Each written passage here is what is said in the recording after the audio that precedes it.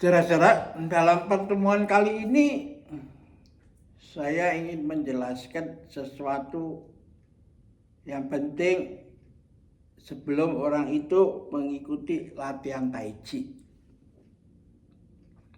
Jadi ada dua cara orang belajar. Satu ingin dapat ijazah, yaitu mendengarkan kuliah, mencatat, dan kalau pas ujian bisa menjawab pertanyaan yang diajukan, maka dia lulus. Tapi beda dengan orang yang belajar untuk menjadikan itu sebagai jalan bagi hidupnya. Nah, yang pertama tadi udah lulus tapi belum tentu dia laksanakan menjadi way of life, ya, hanya sekedar ijazah dibawa kemana-mana, sehingga akhirnya orang ya cuma bisa ngapal di kepala tapi nggak bisa laksanakan. Misalnya legowo, you disakinin orang tapi menerima dengan legowo, itu gampang dia ceramahkan tapi susah dilaksanakan, kan? Nah, kita nggak mau mengajar Tai Chi yang begini, itu percuma, buang-buang waktu. Kita mau mengajarkan satu cara belajar supaya Anda bisa jadikan itu way of life, gitu ya. Menjadi hidup sehari-hari itu Anda kerjakan, itu menjadi bagian dari rutinitas Anda pada saat Anda menjalani hidup itu. Nah, dalam cerita silat itu banyak yang kita bisa pelajarin, yang terselip wisdomnya mungkin di berbagai kitab, tapi karena tidak ditonjolkan dalam bentuk film, ya lalu hilang begitu aja, kan? Atau kalau ada yang ngerti ya cuma dihafalkan, tahu sampai detailnya di halaman berapa, ya toh, di bawah atau di atas atau di tengah, bisa hafal, tapi itu bukan mempelajari dengan begitu tujuan kita. Nah, yang kita mau itu puncaknya adalah saya tidak tahu ayatnya ada atau tidak, sudah lupa, sudah lama. Di mana apalagi, tapi kalau dibutuhkan dia muncul secara spontan itu. Nah, itu loh puncak daripada belajar dengan menghafal dan belajar dengan ngelakoni step demi step. Nah, dalam cerita silat itu ada pendekar yang namanya Puisi Gyok gitu. Ayah ibunya jago-jago silat semua. Ya. Tapi susah ngajar anaknya karena ketika bapaknya keras, menggunakan tenaga keras, menghukum, ibunya mulai mengatakan, menghibur, jangan gitu. Anaknya udah capek, suruh makan dulu lah, ini itu. Akhir pelajaran setengah-setengah semua. Nah, maka itu di dalam cerita silat itu seorang pendekar itu mengirim anaknya kepada sahabatnya yang ahli kungfu, meskipun bukan kungfunya dia, tapi dia disuruh belajar sama dia. Nah, karena bukan anak sendiri, ya, dia bisa menerapkan sistem pendidik secara full tanpa ada yang melembekkan seperti ibunya, ya toh. Nah, itulah cara mendidik orang zaman dulu, ya. Nah, dalam cerita silat yang saya baca itu terjadi hal sebagai berikut. Ya. Anak itu disuruh mulai dalam cerita di slide yang lalu itu disuruh menggembleng fisiknya dulu. Yaitu tidak langsung diajari kungfu, tapi disuruh ngambil air di sebuah jembatan yang namanya disebut jembatan setengah ember, gitu.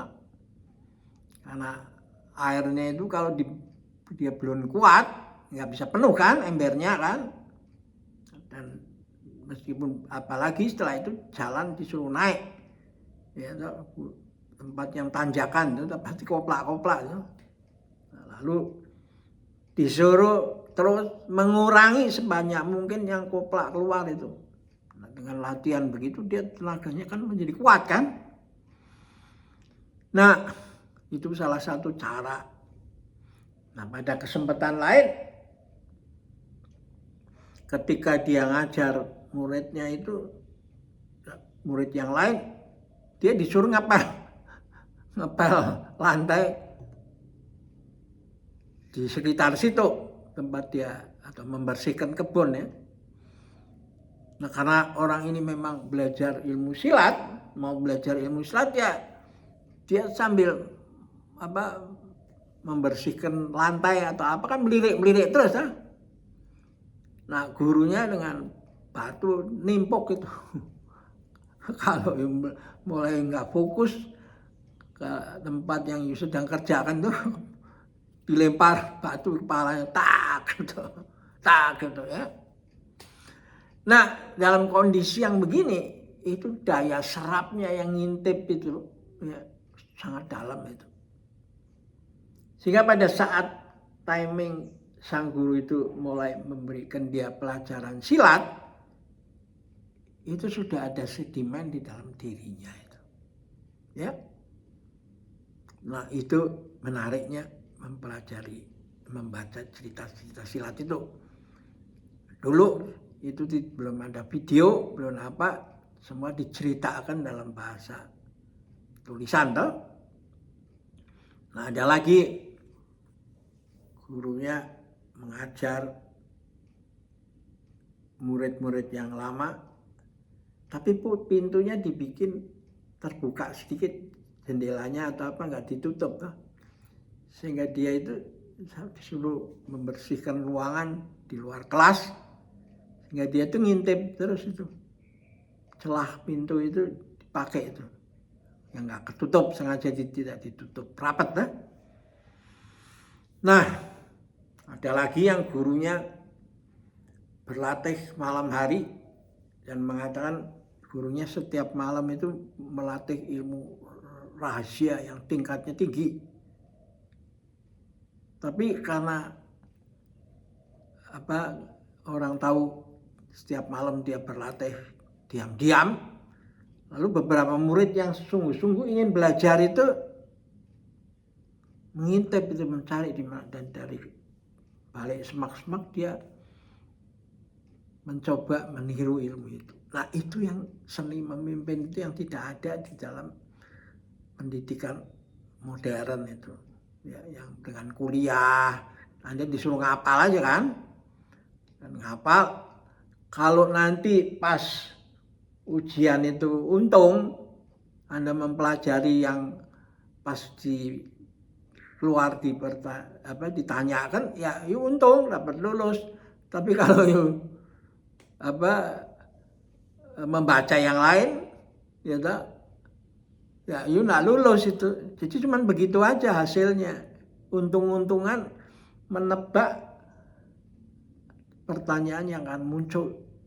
Karena itu pertanyaan itu disegel di dalam amplop dan tidak boleh diketahui sebelum baru dibuka saat ujian itu. Nah, itulah cara bedanya itu. Karena itu sekolah manajemen menurut saya harus menerapkan sistem, kembali kepada sistem yang wisdom, ancient wisdom itu, kearifan kuno itu di dalam seni belajar dan mengajar itu. Karena itu sang guru itu tidak hanya harus menguasai materi bahan yang diberikan, tapi seni mempelajari strength dan weakness daripada si muridnya itu. Nah, baru dia bisa mengajar dengan benar ya.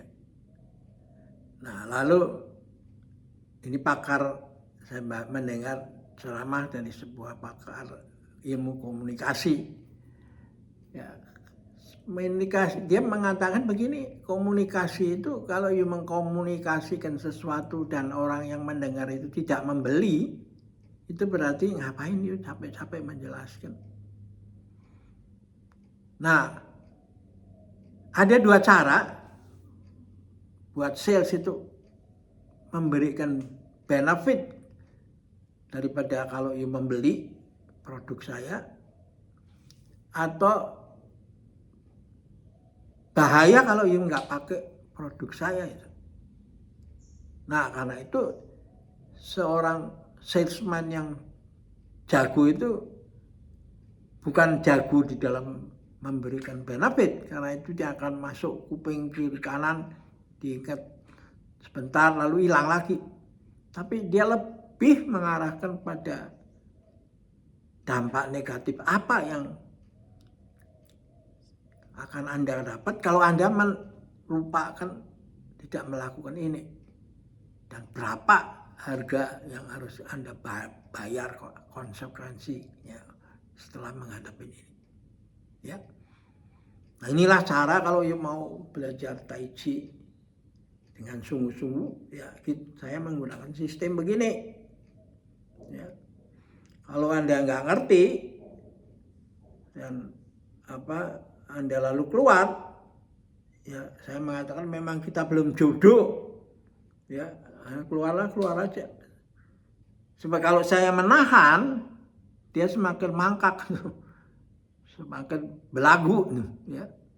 Nah, itulah cara guru menurunkan ilmu di dalam kisah-kisah silat itu ya. Oke, kita akhirin di sini dan sampai jumpa lagi.